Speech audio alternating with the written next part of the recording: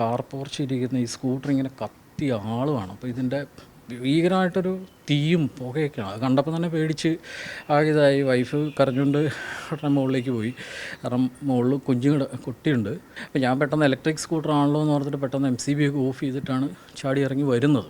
നോക്കുമ്പോൾ കാണുന്നതെന്ന് വെച്ച് കഴിഞ്ഞാൽ തീ കാറിൻ്റെ ടയർ കൂടെ കാറിൻ്റെ ഡ്രൈവർ സൈഡിലേക്ക് ഇങ്ങനെ ആളിക്കൊണ്ടിരിക്കുകയാണ്.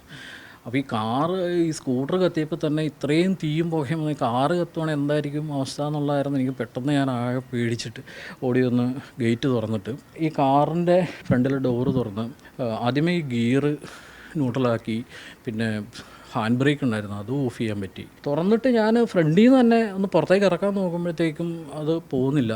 പിന്നെ ഞാൻ ബാക്കിൽ പിടിച്ച് വലിച്ചപ്പം അത് മൂവായി.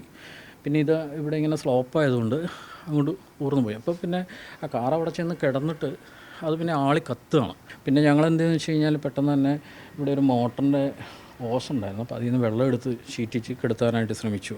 ഈ സ്കൂട്ടർ ഏകദേശം കത്തിത്തീരുന്ന അവസ്ഥയായി. അപ്പോൾ ആ സമയമായപ്പോഴത്തേക്കും എനിക്ക് തോന്നുന്നത് അവിടുന്ന് ഫയർഫോഴ്സ് ഇവിടെ എത്തി. കാറിൽ മാത്രമേ കോൺസെൻട്രേറ്റ് ചെയ്തു, കാരണം ഇത് ഓൾറെഡി കഴിഞ്ഞു. ഞങ്ങൾ വെള്ളം ഒഴിച്ചതൊക്കെ ഓൾമോസ്റ്റ് തീർന്നു.